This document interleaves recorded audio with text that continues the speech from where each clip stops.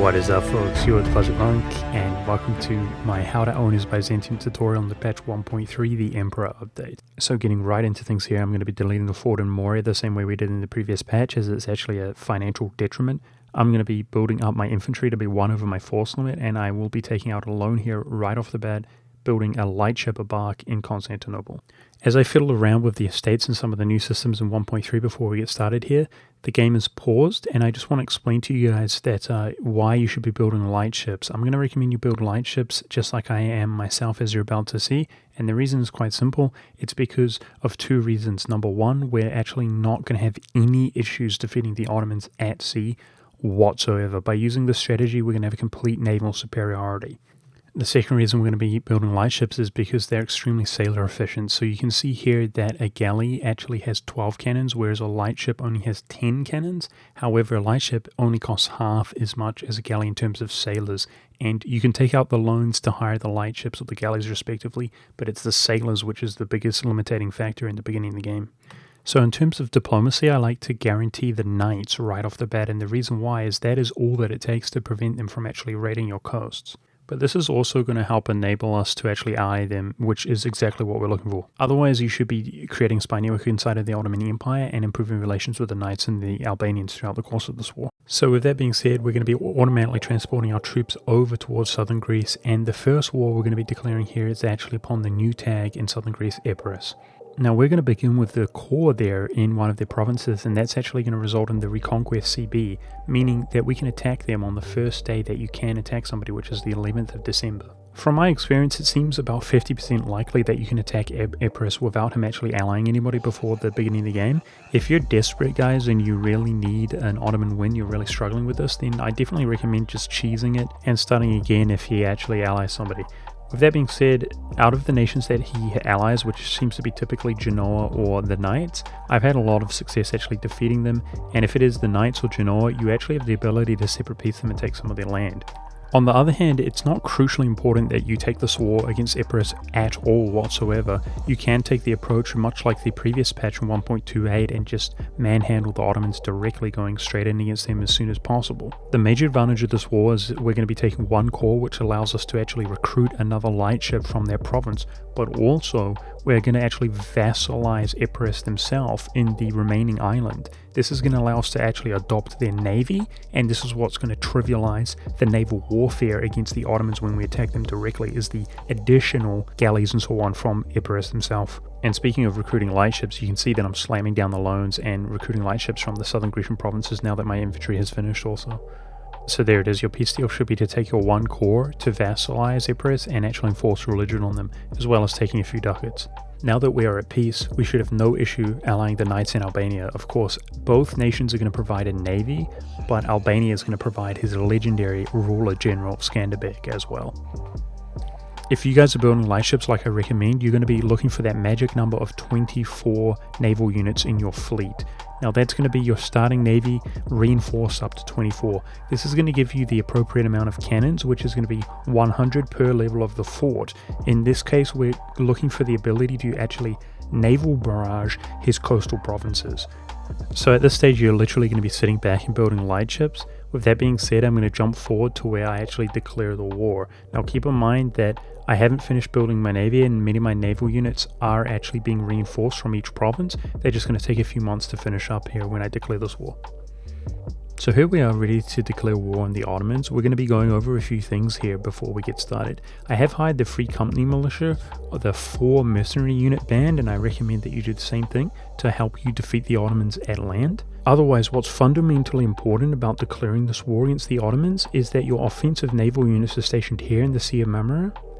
However, all of your troops should be in this province.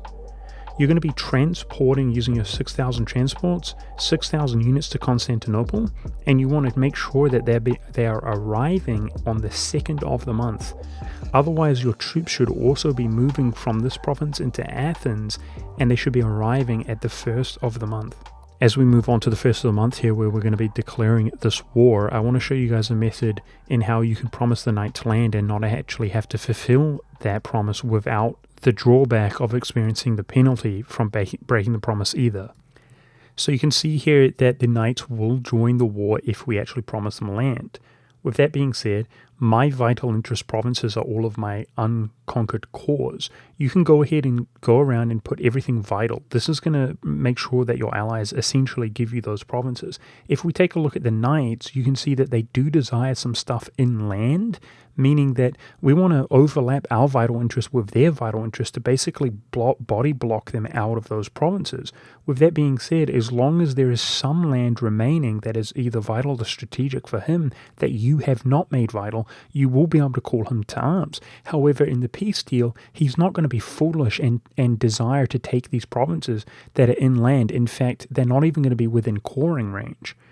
So this is the method to actually call him to arms, but not actually have to fulfill the promised land for the knights, and this can be exploited in many ways under many different circumstances. With no more further ado, it's time to declare war, lads.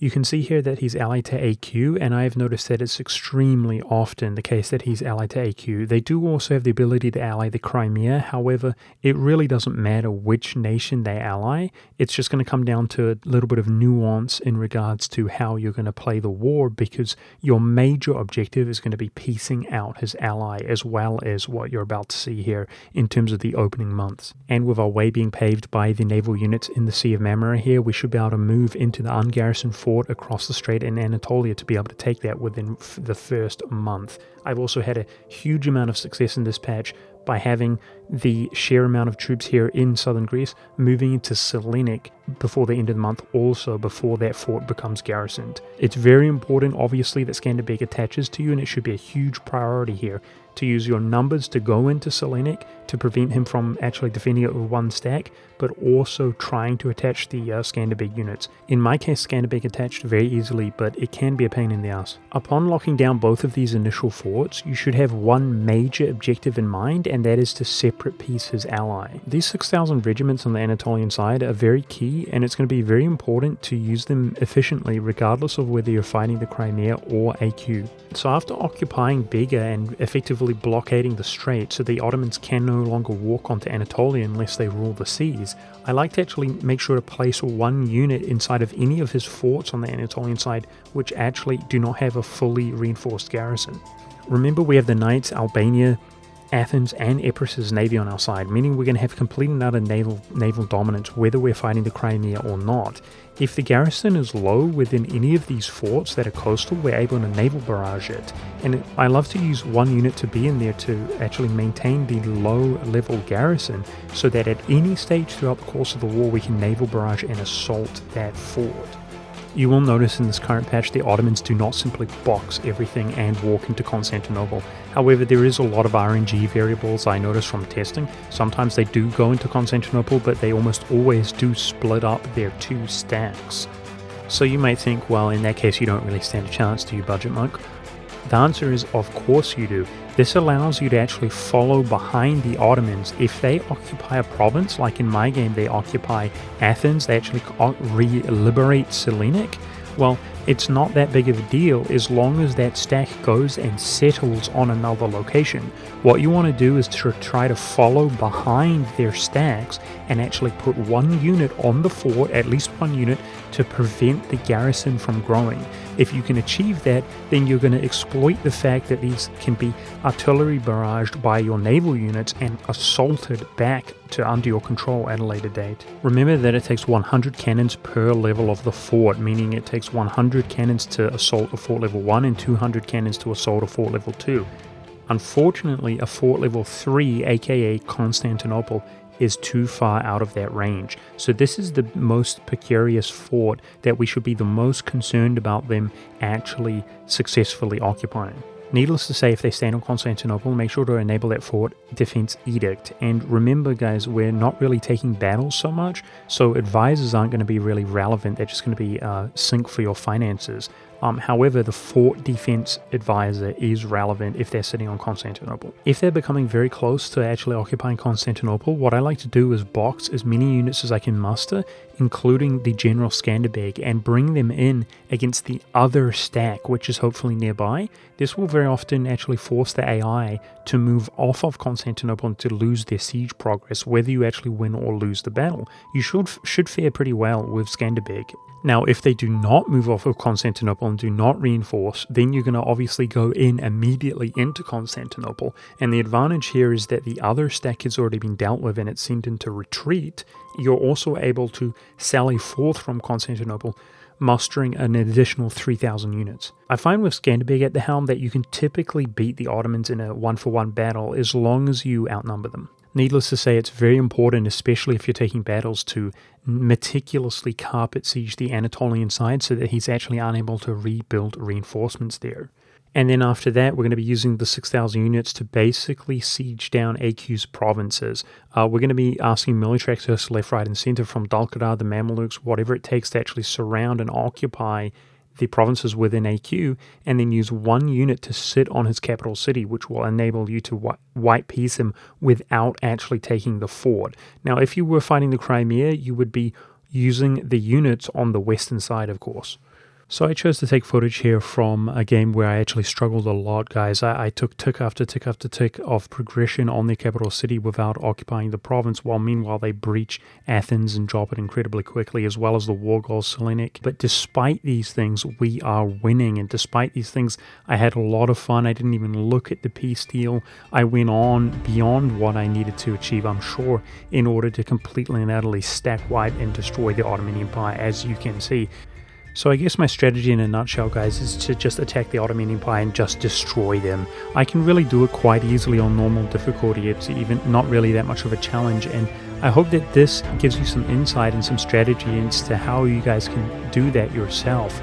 It's really rewarding, and you'll be better off for it if you achieve this as a player. The advantage, of course, is that it's in the early game, and therefore it's repeatable, and you can try again until you achieve it. Good luck. That's it for this video. I hope you guys enjoyed. Thank you very much.